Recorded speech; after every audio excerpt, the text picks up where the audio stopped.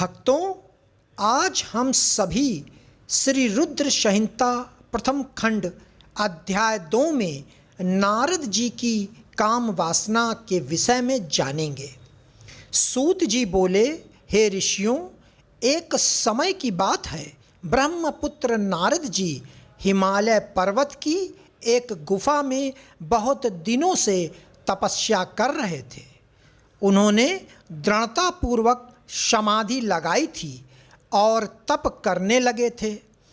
उनके उग्र तप का समाचार पाकर देवराज इंद्र कांप उठे। उन्होंने सोचा कि नारद मुनि मेरे स्वर्गलोक के राज्य को छीनना चाहते हैं। यह ख्याल आते ही इंद्र ने उनकी तपस्या में विघ्न डालने की कोशिश की। उन्होंने कामदेव को बुलाया और कहने लगे, हे कामदेव, तुम मेरे परम मित्र एवं हितैषी हो। नारद हिमांचल पर्वत की गुफा में बैठकर तपस्या कर रहा है। कहीं ऐसा न हो कि वह वरदान में ब्रह्मा जी से मेरा स्वर्ग का राज्य ही मांग बैठे। अतः तुम वहाँ जाकर उसका तप भंग कर दो। यह आज्ञा पाकर कामदेव वसंत को साथ ले बड़े गर्व से उस स्थान पर गए और अपनी सारी कलाएं रच डाली। कामदेव और वसंत के बहुत प्रयत्न करने पर भी नारद मुनि के मन में कोई विकार उत्पन्न नहीं हुआ। महादेव जी के अनुग्रह से उन दोनों का गर्व चूर्ण हो गया। ऐसा इसलिए हुआ क्योंकि महादेव जी की कृपा से नारद मुनि पर कामदेव का कोई प्रभाव नहीं पड़ा था।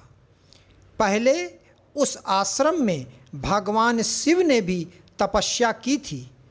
उसी स्थान पर उन्होंने ऋषि मुनियों की तपस्या का नाश करने वाले कामदेव को भस्म कर डाला था। कामदेव को भस्म देखकर उनकी पत्नी रति ने बिलखते हुए भगवान शंकर से उन्हें जीवित करने की प्रार्थना की तथा सभी देवता भी शिव जी से प्रार्थना करने लगे। तो भगवान महादेव जी ने कहा था कि कुछ समय पश्चात कामदेव स्वयं जीवित हो जाएंगे, किंतु इस स्थान पर और उसके आसपास जहाँ तक भस्म दिखाई देती है, वहाँ तक कि पृथ्वी पर कामदेव की माया और काम बाण का कोई प्रभाव नहीं पड़ेगा। इस प्रकार उस स्थान से कामदेव लज्जित होकर वापस लौट आया। देवराज इंद्र ने जब यह सुना कि नारद जी पर कामदेव का कोई प्रभाव नहीं पड़ा, तो उन्होंने नारद जी की खूब प्रशंसा की।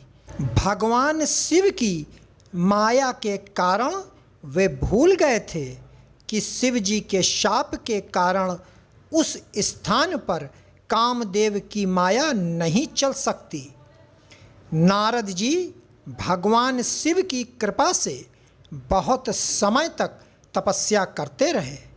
अपने तप को पूर्ण हुआ समझकर नारद जी उठे तो उन्हें कामदेव पर विजय प्राप्त करने का ध्यान आया।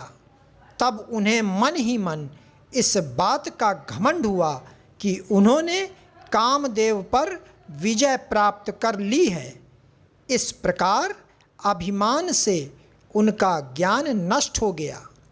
वह यह समझ नहीं सके कि कामदेव के पराजित होने में भगवान शंकर की ही माया थी। तब वे अपनी काम विजय की कथा सुनाने के लिए शीघ्र ही कैलाश पर्वत पर जा पहुँचे और भगवान शिव को नमस्कार करके अपनी तपस्या की सफलता का समाचार तथा कामदेव पर विजय प्राप्त करने का समाचार कह सुनाया। यह सब सुनकर महादेव जी ने नारद की प्रशंसा करते हुए कहा, हे नारद जी, आप परम धन्य हैं, परंतु मेरी एक बात याद रखना कि यह समाचार किसी अन्य देवता को मत सुनाना, विशेषकर भगवान विष्णु से तो इस बात को कदापि ना कहना। यह वृत्तांत सबसे छिपाकर रखने योग्य है। तुम मेरे प्रिय हो, इसलिए मैं तुम्हें यह आज्ञा देता हूँ कि यह बात किसी के सामने प्रकट मत करना। परंतु वे तो शिव की माया से मोहित हो चुके थे, इसलिए उनकी दी शिक्षा को ध्यान में न रखते हुए वे ब्रह्मलोक चले गए। वहाँ ब्रह्मा जी को नमस्कार कर बोले, मैंने अपने तपोबल से कामदेव को जीत लिया है। यह सुनकर ब्रह्मा जी ने भगवान शिव के चरणों का चिंतन करके सारा कारण जान लिया तथा अपने पुत्र नारद को यह सब किसी और से कहने के लिए मना कर दिया। नारद के मन में अभिमान के अंकुर उत्पन्न हो गए थे, जिसके फलस्वरूप उनकी बुद्धि नष्ट हो गई थी। वे तो तुरंत विष्णु लोक पहुंचकर भगवान विष्णु को यह सारा किस्सा सुनाना चाहते थे। अतः शीघ्र ही वे ब्रह्मलोक से चल दिए। नारद मुनि को आते देखकर भगवान विष्णु सिंहासन से उठ खड़े हुए। उन्होंने नारद को गले लगा लिया और आदर सहित आसन पर बिठाया। भगवान शिव के चरणों का स्मरण करके भगवान विष्णु ने नारद जी से पूछा, नारद जी, आप कहाँ से आ रहे हैं और इस लोक में आपका शुभ आगमन किस लिए हुआ है? यह सुनकर नारद जी ने अहंकार सहित अपने तप के पूर्ण होने एवं कामदेव पर विजय प्राप्त करने का समस्त हाल उन्हें कह सुनाया। भगवान विष्णु काम के विजय के असली कारण को समझ चुके थे। वे नारद जी से बोले, हे नारद जी, आपकी कीर्ति एवं निर्मल बुद्धि धन्य है। काम, क्रोध एवं लोभ, मोह उन मनुष्यों को पीड़ित करते हैं जो भक्तिहीन हैं। आप तो ज्ञान वैराग्य से युक्त एवं ब्रह्मचारी हैं। फिर भला यह काम आपका क्या बिगाड़ सकता था?